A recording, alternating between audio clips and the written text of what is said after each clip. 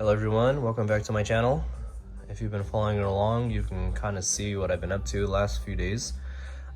This board here is ready for its oil bath. I've gone through my sanding progression, but I want to take this time to kind of show everyone what a little bit of time, patience, and forethought before anything even gets glued up. Now, if you saw the videos in my milling process, you can kind of see me explain why that's important, and you can see why that's crucial. All these glue joints, all these boards are all individual pieces that were all milled separately and then cut and then glued together. So you can kind of see, if it wasn't for the different grain pattern, you can barely see some of these glue joints. And with these boards, I mean, that's crucial, right? You can see all these joints. Now, again, I want to take the opportunity to kind of show you guys what I use. Starting with this guy, this is my edge router or edge profile router, MFK 700, and I use this for all my edge profiles. It's got this nice big base. I don't have to worry about it teetering off. And right now I have it with a 1/4 inch round over bit, which is what this profile is. I could change this to an 1/8 inch or 3/32, 1/4 inch, or even put a 45-degree transfer based on client preference. And then from there, it's sanding. So you can kind of see, I'll get into those in a minute, all my different sanders, my dust collector, drum sander, my big dust collector for my bigger tools.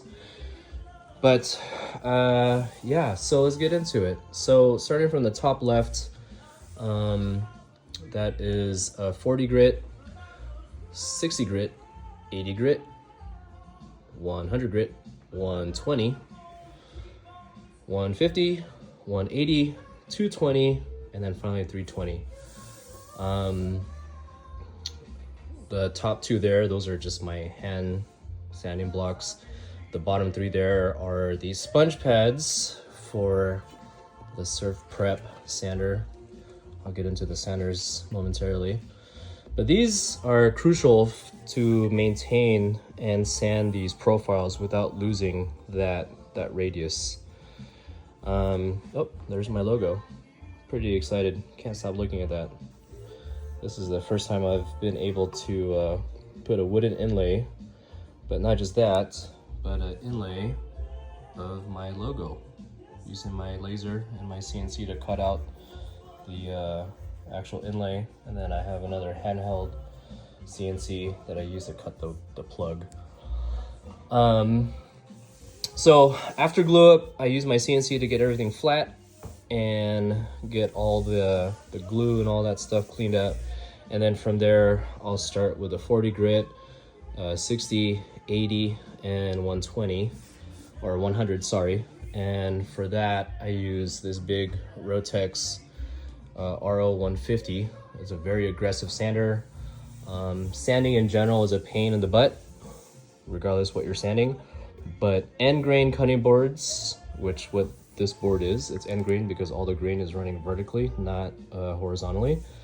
It is just a pain to sand. I mean, it takes, you could see all my different sanding discs that I have to use. But to achieve a nice, clean, smooth finish, you can't feel it through the video, but it is smooth like butter, as they say. So again, I use the first 4 with the big boy. It's got a 5mm stroke. All that means is just the oscillating, it's a random orbital sander. But if you switch this little knob here, it turns into a fixed rotation. So it's just a big aggressive sander. And then after I get to about 80, I'll switch it back over to the random orbit with that 5mm stroke. And then after the 100 grit, when I get to the 120, I switch over to this guy. This is the ETS EC 150 with also a 5mm stroke. It's not as aggressive as that, but once I start getting to the finer grits, I move in my sanders. So 5mm offset, again, it's just the offset of the stroke, leaves little pigtails. Still pretty good at material being removed. It's got a nice big 6-inch pad, same thing as that. That's what's cool about this system. I can use all 3 of these sanders with the same size 6-inch discs. Once I get to the 120 to 320, I switch over to the ETS EC 150 3mm stroke, and it's got a smaller oscillating stroke, so that way I don't have as many scratch marks or pigtails left in the final finish. This guy here is the ETSC 125. All that means is 125 millimeters, so that's a 5-inch pad as opposed to the 150 millimeter, which is 6 inches in Imperial. I use this guy, as you can see, it's got this little fence here or base, and then the sander is actually held at a 90-degree angle. That way I can maintain a 90-degree surface on the edges. So I didn't show my sanding disc, but these I start with the same thing. So 80, 100, 120, 150, 180, and then 220.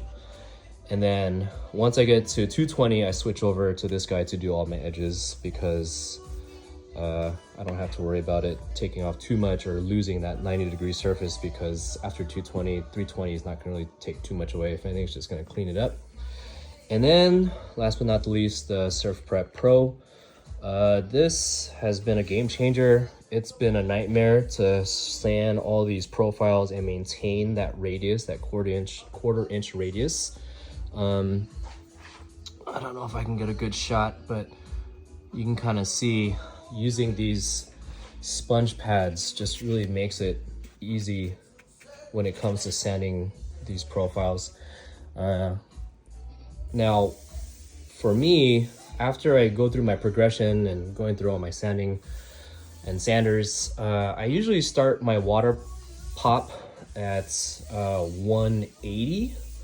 And basically what that is spraying the board with water.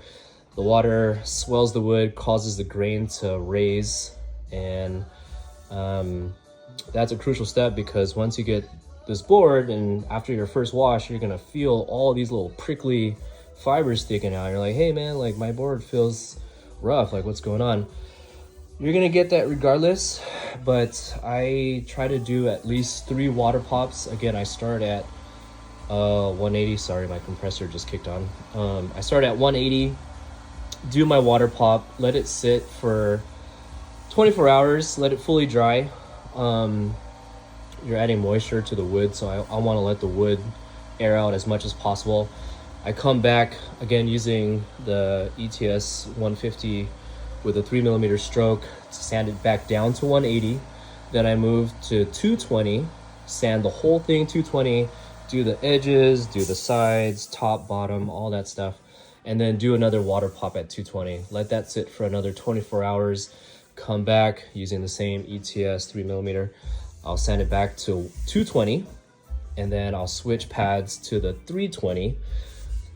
Sand all the surfaces. All these profiles are hand sanded first, and then I switch over to the Surf Prep, and then let that sit for another 24 hours. And then I take the 320 for one last sanding, which I did a little bit earlier. Again, it's about midnight, so I still have quite a bit of work to do. But again, before this board goes into oil, I want to show you guys what my process is for sanding. It's tedious to say the least, but I think my process has proved to work out for me, at least. I mean, I could probably skip a grit or two, but from what I've seen and what I've heard, you don't want to skip any of the grits, because you're not going to get the finish. Like, I don't know if you can see, but you can't really see any swirl marks thanks to the sanders that I have. And I think when you're paying, you know, good money for one of these pieces, whether it's mine or somebody else, you want to make sure that your final product is flawless. And while I'm talking about that, I always want to make sure that my boards are still dead level. I don't know if you guys can see that, but I like to check with a straight edge just to make sure that the boards are still nice and flat. Again, this is a natural material. Humidity, temperature, all those things play a factor. Whatever the temperature and humidity is in my shop is going to be different from the client's house, and that's with anything with wood. Wood's going to expand and contract. You can't combat that. But if I can get these things dead flat when they leave my shop and get to the client's house, you know, that's the best I could do. Now, when you purchase one of my boards, I do include instruction sheet, the do's and don'ts. I also include a little bit of it's a 1 ounce tin of board butter that you could reapply based on your usage of the boards. But yeah, I think this board has came out better than my expectations. I know you guys probably see this guy. This is number 2 of 5 that I made in this batch, and you can just see the contrast in color. These are all end grain walnuts, but you could just see all the different variations in the grain, the colors, the textures. Just amazing wood. I love using walnut. This board is going to be next. Once I get this guy in oil tomorrow, I'll probably get this thing started. I was waiting on some bits to come in to do a juice groove around the perimeter. Client also wanted finger holds here, so I'm going to route out a little profile here so you can get your hands in there. They do want to be able to use both sides of the surface. This board doesn't have the finger holds nor a juice groove. Just going to have rubber feet on the bottom. This one's going to be used top and bottom, so carving on one side and cleaning on the bottom side. So I'll have future videos on this. But thanks for following. Thanks for liking the content. If you do like what you see, please consider liking and subscribe. I can't stop touching it. It's just so nice and smooth. Oh my gosh. It's hard about making this stuff. Everything looks so good. You just want to keep everything. This guy was one of my favorites. I actually didn't want to let this one go, but my buddy saw it. He's like, I want that one. I should have hit it. Anyways, I got to get back to work. Thanks for following along. Again, like, subscribe. All right. See you guys later.